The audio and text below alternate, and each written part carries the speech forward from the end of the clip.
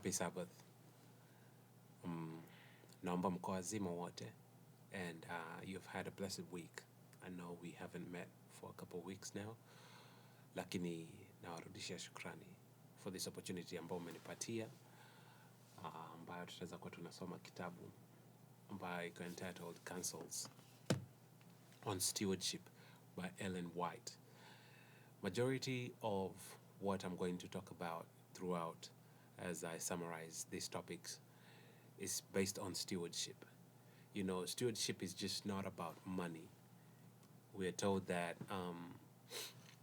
it's about a lifestyle of faithfulness, a divine responsibility entrusted to us by God.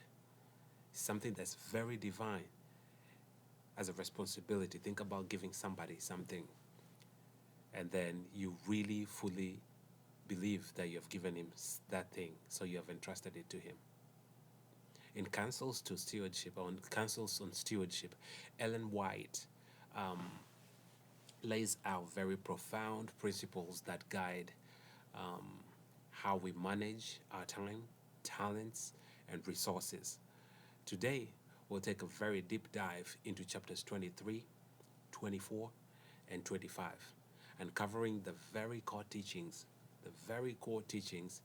on the principles of stewardship, chapter 23, our talents, chapter 24, and the responsibility of a man with one talent. Stick around because these lessons could transform the way that we live our lives as stewards of God's blessings. Chapter 23. Chapter 23, I found it very, very, very fascinating because it's speaking about the principles of stewardship. So for everything, most people keep saying that they are principled, like I'm a principled man, I'm a principled woman. But in every single thing, there's principles that hold something at the very core of its foundation. And chapter 23 lays the foundation of true stewardship. Ellen White emphasizes that everything belongs to God, not even just a small portion, because on earlier chapters we have already read through this beautiful book, Counsels of Stewardship, that every single thing that we have belongs to God. Our wealth, our abilities, and even our very lives, they belong to God. She writes that man is merely a steward entrusted with God's resources. What does this mean for us? First, faithfulness in little things matters. Jesus himself said in Luke 16, verse 10, he that is faithful in that which is least is faithful also in much. If we can't handle small responsibilities well, why would God entrust us? This is now the call for me and for you, brothers and sisters, that why would God entrust us with greater things? Stewardship is a test of our character and trust in God. Secondly, God's blessings come with responsibilities. It's just not like a free-for-all whereby it's just responsibilities and then you get blessings and blessings and blessings. But these blessings comes with a responsibility. Many desire wealth, many desire success, or whatever reason that you have. But few ask, how can I use this for God's glory? Sister White goes on and warns that accumulation for selfish gain is misuse of God's trust. I'm going to repeat that one more time. Accumulation of when we try to get to a point whereby we're just accumulating for selfish gain.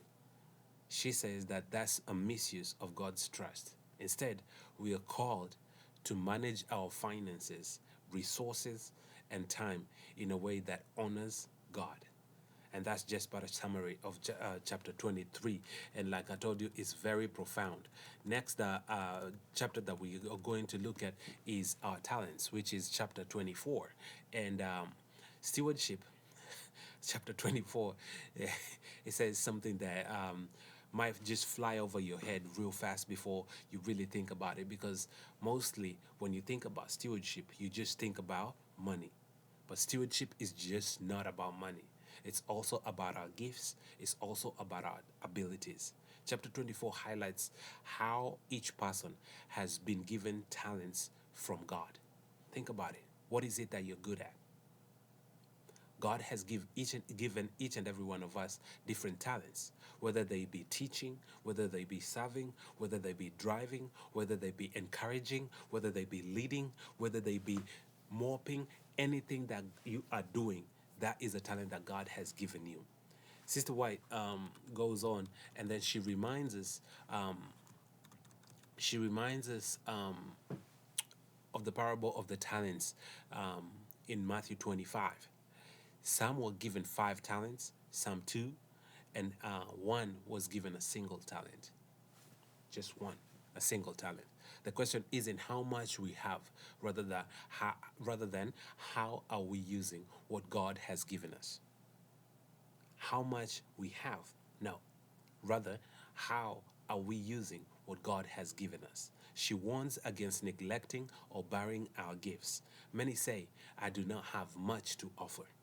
That's majority of the people. They just look at themselves from an inferior standpoint, and then they go ahead and say, I do not have much to offer. Some of them are genuine, some of them are hiding, but God is not looking for the ability. He's looking for the availability. Are you available? How much can God use you? God is looking, and then he's the one who's doing. If we surrender our skills, no matter how small, he can multiply them. He can multiply our skills for his kingdom. Probably just like a practical application, are you using your skills to build up the church and to serve others? Because remember, heaven is a service-oriented place. So are you using your skills to build up the church and to serve others? Another practical explanation or application that we can find also is, are you actively developing the gifts God has given you, or have you let them grow dormant? Because most of us, we'd rather just have somebody else do it because we just don't want to bother. So that's very profound, because we have to, each and every one of us, just examine ourselves and ask, how am I doing with the talent that God has given me? Chapter 25 talks about the responsibility of the man with one talent. It's a very sobering lesson. It's a very sobering lesson.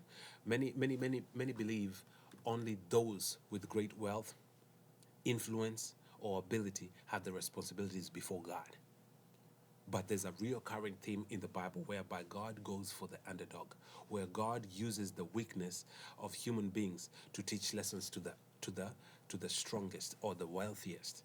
So think about that and let that sink for a minute. But Jesus' parable teaches otherwise. Even the man with just one talent was expected to be faithful. That's the key lesson. The man with one talent was expected to be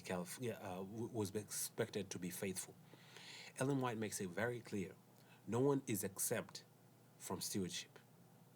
The servant who buried his talent was not judged for having little.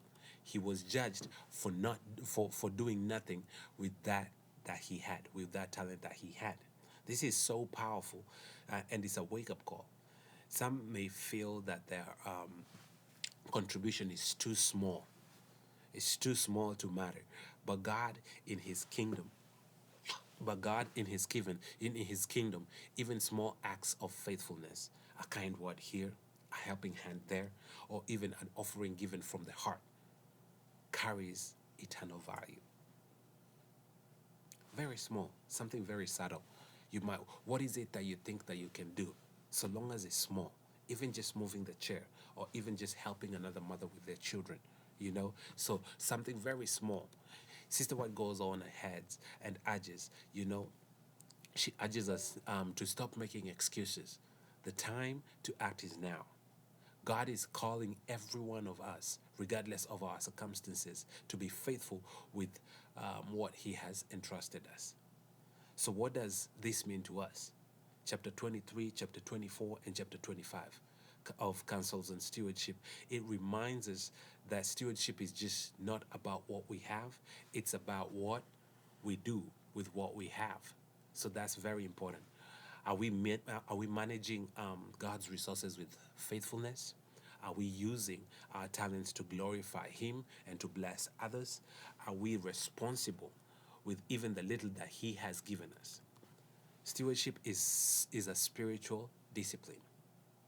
That's a key phrase. Stewardship is a spiritual discipline, a test of trust, and an opportunity to honor God in all that we do.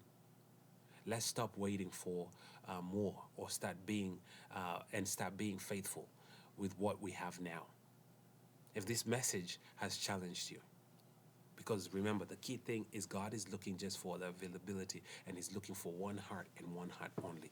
So if you're seated in the church right now and this message has been impactful or has challenged you, take a moment to reflect on how can you live as a faithful steward today. So I'm hoping this summaries hitting home, and they're really having an impact on you and challenging each and every one of us to go ahead and look for this book and then read, so that way we can come and engage, so that way when you get the summary, you've already have an idea of what we're talking about. Thank you, and may God bless you. Have a happy rest of your Sabbath day.